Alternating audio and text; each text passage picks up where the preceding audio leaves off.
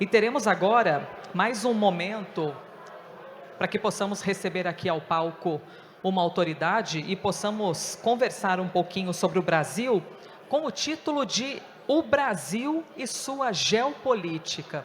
E nós temos um convidado altamente conhecedor da política brasileira, que acabou de chegar e vai sentar ao lado de Aninha, e eu vou ter de convidá-lo a levantar novamente. Secretário de Governo e Relações Institucionais do Estado de São Paulo, por favor, suba ao palco, por gentileza, Gilberto Kassab.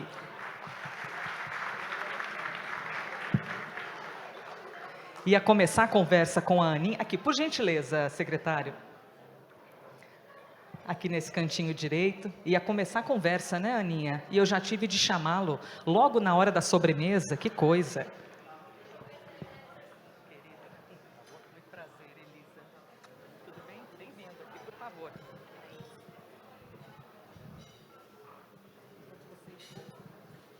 Oi?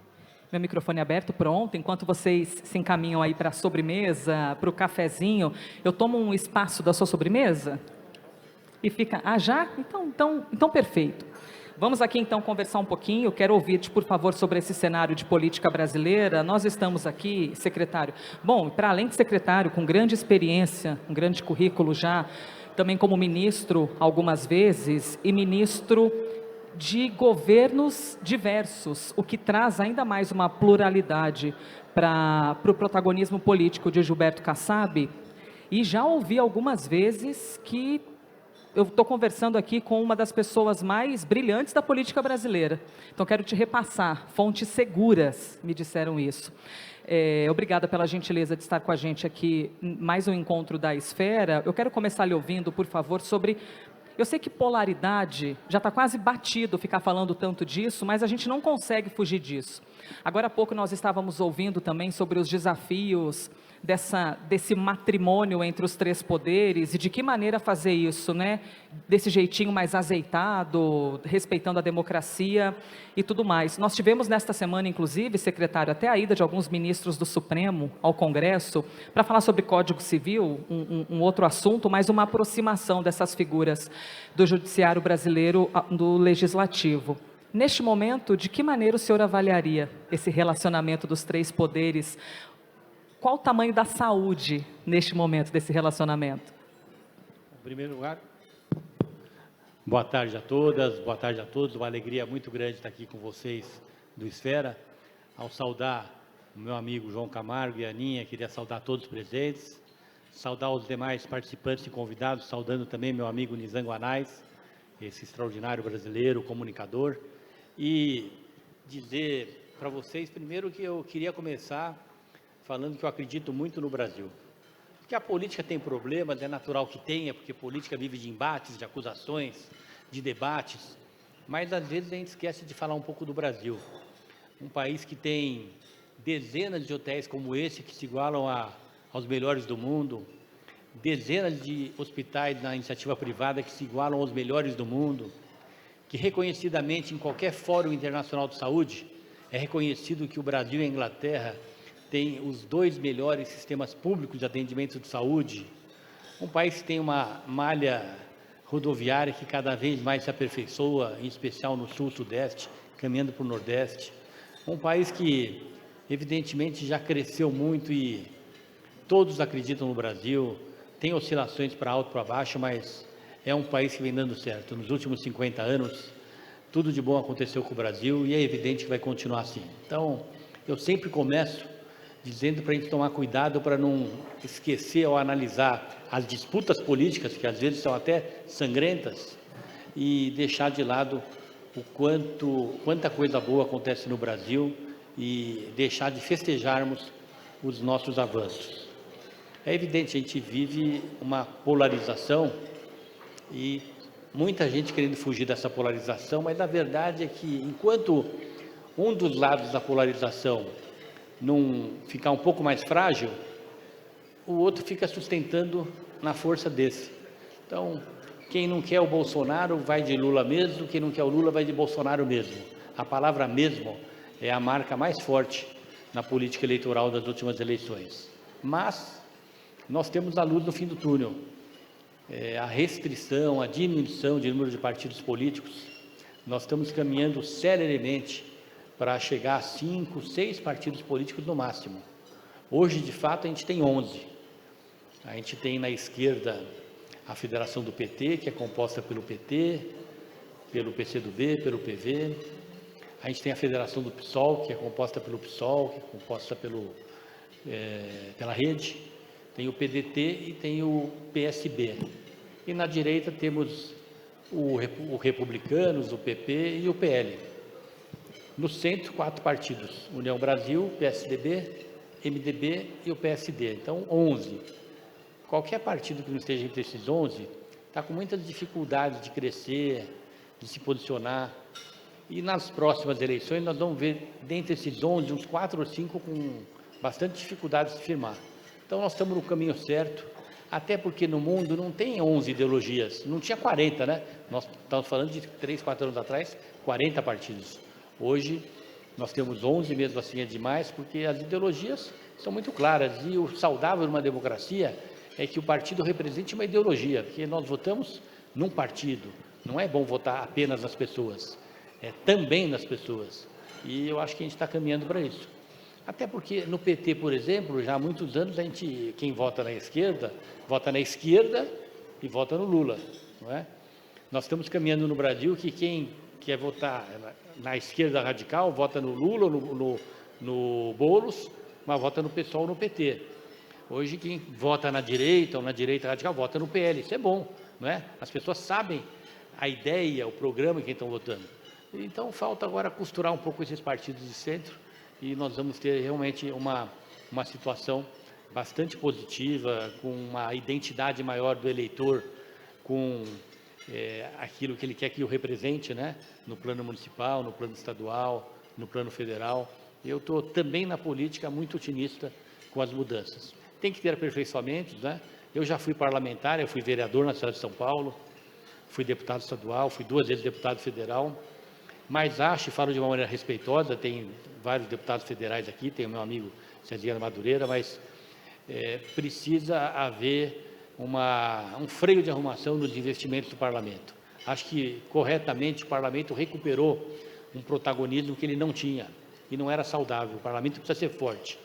Agora, nos investimentos, de emendas parlamentares, de comissão, que legitimamente eles conquistaram, mas falta colocar um freio de arrumação para vincular essas emendas às intervenções que são de responsabilidade da União, principalmente no campo da infraestrutura.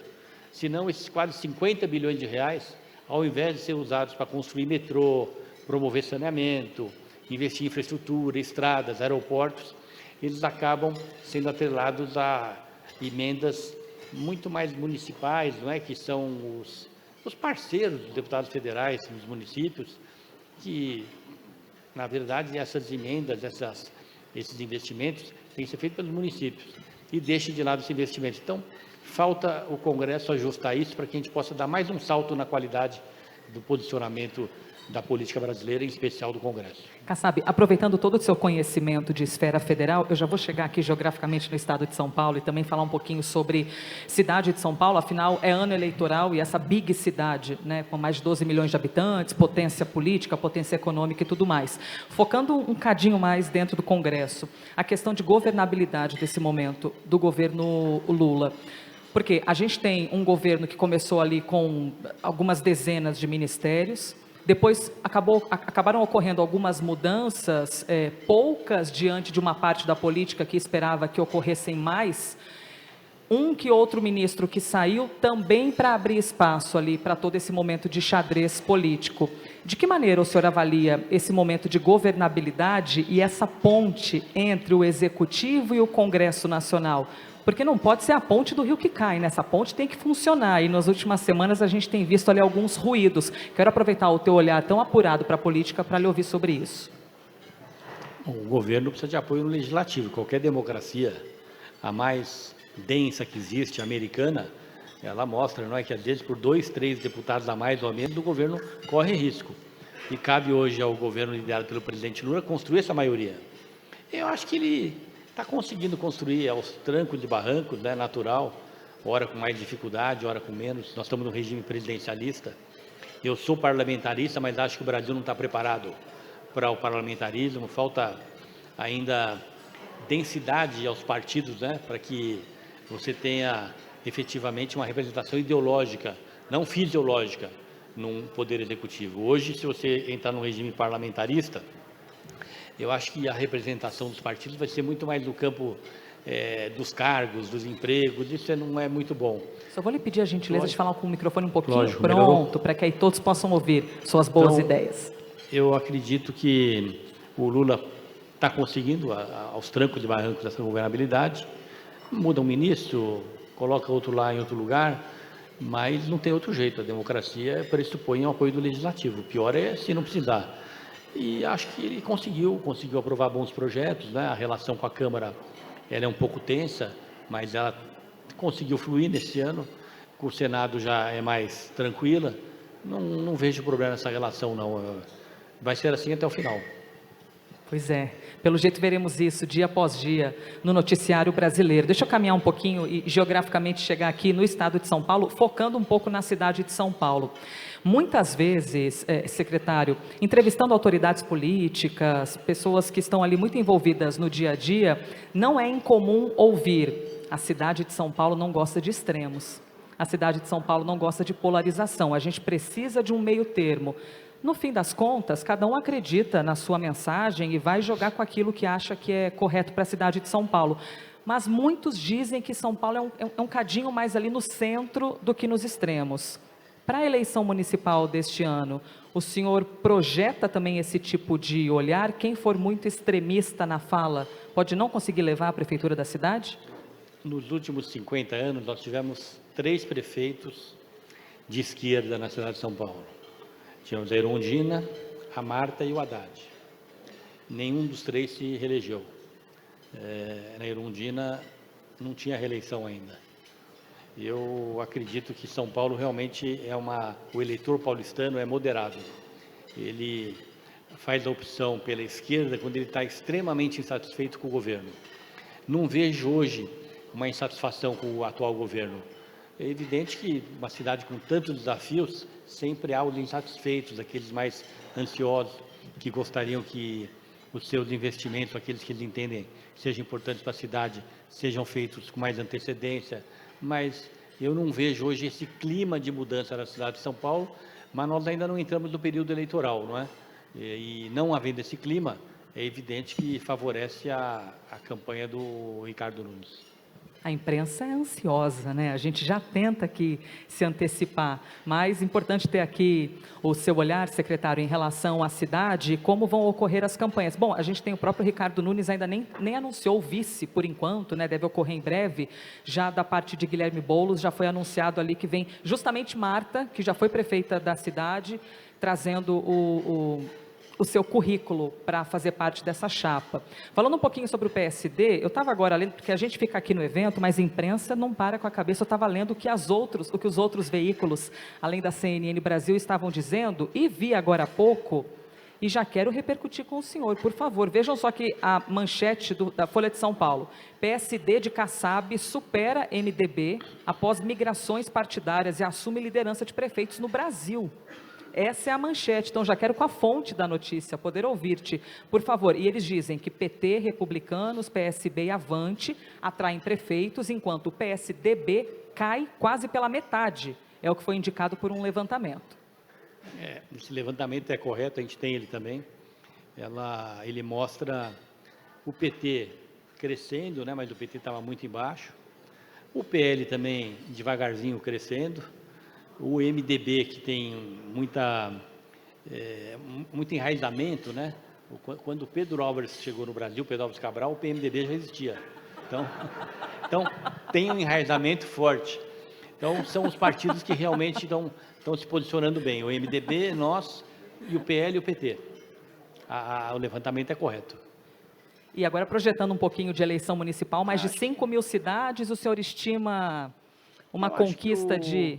Eu acho que o PSD, ele vai ter um resultado muito positivo. Ele está muito bem no Paraná, com o governador Ratinho, está muito bem em Minas Gerais, está aqui o nosso ministro Alexandre Silveira, competente ministro, presidente do partido de Minas Gerais, está muito bem no Rio de Janeiro com o Eduardo Paes, está muito bem em São Paulo, nessa parceria com o Tarcísio, não é?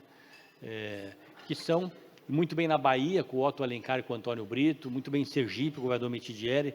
Nós estamos falando nesses estados de quase 60% de eleitores brasileiros, onde o partido é majoritário. Então, a expectativa é que o resultado seja muito bom, sim, no plano nacional. E o PT, por ser governo, né, eu acho que vai liderar os votos de esquerda, direcionando para o Partido dos Trabalhadores. E o senhor imagina que o próprio PT consiga respirar um pouquinho melhor se a gente comparar com as últimas eleições municipais que tiveram uma debandada ali de vitórias, né? Acabaram não levando tantas prefeituras? As pessoas misturam, né, a eleição municipal com a eleição nacional. Eu fui candidato a prefeito, a minha adversária era a Marta, o Lula vinha todo fim de semana para São Paulo fazer a campanha da Marta, ele estava bem avaliado, ela perdeu a eleição, 2 anos depois ele elegeu a Dilma. Então, eu acho que não tem nem vínculo. Geraldo Alckmin perdeu a eleição de prefeito para mim, 2 anos depois se elegeu o governador de São Paulo. Perdeu a eleição para o Bolsonaro, fez 5% dos votos, 4 anos depois se tornou vice-presidente da República. Então, cada eleição, o eleitor tem um comportamento, tem uma associação de raciocínio, não vejo muito vínculo, mas o PT vai se fortalecer localmente, mas não tem nenhuma vinculação com o que vai acontecer em 2026 na eleição, na provável candidatura de reeleição do Lula.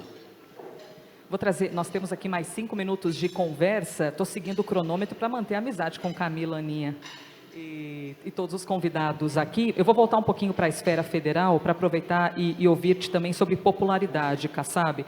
O senhor é puxa vida, um político muito experimentado, né? Tem muito conhecimento, já atuou ali com diferentes governos, sendo tanto ministro de Dilma, e aí a conexão com Temer, enquanto ministro também, e agora secretário de Tarcísio, né? Então, pluralidade é uma palavra que o senhor entende bastante bem. E acompanhar as pesquisas de popularidade é algo que também o senhor entende. E a gente tem visto agora, nesse que é o segundo ano do 3º mandato de Lula, a menor popularidade da história do Lula. Menos até que a popularidade do próprio Partido dos Trabalhadores. Diante do seu olhar técnico e apurado para isso, o senhor acredita que é comunicação, o que tem chegado até a imprensa, ou aquelas questões mais simplórias para as pessoas ir ao supermercado e ter uma comida mais barata? O que exatamente tem feito essa popularidade não estar do jeito que o presidente da República gostaria?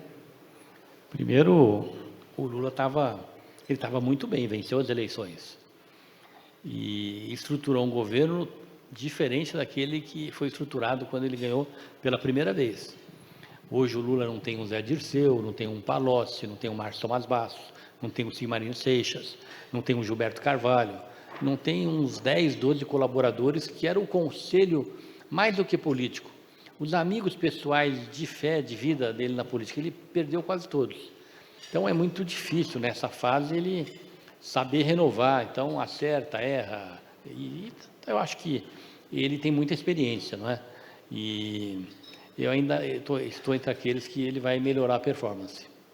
E nós temos o único presidente da República que mais disputou eleições hoje, ele que foi eleito com, claro, quase 60 milhões de votos, né? Tem uma história que é fantástica do ponto de vista de apelo popular, mas todo esse desafio da popularidade. O senhor acredita, então, que essa popularidade vai pautar daqui para frente um pouco desse trabalho, que é importante olhar para esses números? Tem que tomar cuidado, porque senão parece que o partido se definiu por apoiar o Lula ou o PSD. Se puder, como sempre, vai ter candidatura própria. E já tem um bom pré-candidato, que é o Ratinho. Muito bem avaliado no Paraná, mas a análise política envolve isenção. Uma pessoa que ganhou 5 eleições de presidente, na sexta, ele vai jogar toda a sua experiência, sabedoria de campanha e tem grande chance de ter um bom desempenho. Ganhar ou perder faz parte do jogo. Eu acredito que ele tem tempo ainda para melhorar. Perfeito. Última pergunta, então, para a gente dar andamento aqui a toda a nossa conversa, projetando as eleições. Tudo bem que nós não estamos no período de campanha exatamente, mas não posso deixar de perguntar sobre isso. Projetando um pouquinho da eleição municipal, o senhor avalia que a gente vai ter um eleitor mais conservador ou um eleitor um pouquinho mais progressista? Eu acredito que vai prevalecer o voto dos conservadores. A minha sensibilidade, as pesquisas que eu vejo hoje, mas pesquisa pode mudar, não é? A análise política, ela vale para o dia. Nós estamos fazendo uma eleição que vai acontecer daqui 5 meses. Muita coisa pode mudar e daí a análise ser totalmente diferenciada. Mas o Ricardo, ele tem um grande cabo eleitoral que é o Tarcísio, né? O Tarcísio, vamos ser claro aqui, é a maior revelação da política brasileira dos últimos 10 anos. É a única coisa de novo que surgiu. O que surgiu de novo? Não surgiu. Eduardo Paes não é novo, eu não sou novo, Ratinho não é novo, Lula não é novo, né? Michel Temer não é novo. O Tarcísio é novo. O Tarcísio, há 2 anos atrás, era um extraordinário burocrata, com uma performance no governo Dilma, do PT, muito bem avaliada. Depois ficou no governo Temer, teve a mesma extraordinária avaliação. No governo Bolsonaro, onde ele conheceu o Bolsonaro na transição, a mesma avaliação, muito boa. E hoje, como governador, hoje é inquestionável que ele faz um bom governo. E essa boa avaliação, pela dedicação que ele vem tendo na pré-campanha do Ricardo Nunes, ela pode ser transferida, sim. Muito bem, conversei aqui, ouvimos todos juntos o secretário de Governo e Relações Institucionais do Estado de São Paulo, Gilberto Kassab. Secretário, muito obrigada. Gostaria de fazer muitas outras perguntas, mas nosso tempo é curto. Esgotou o tempo.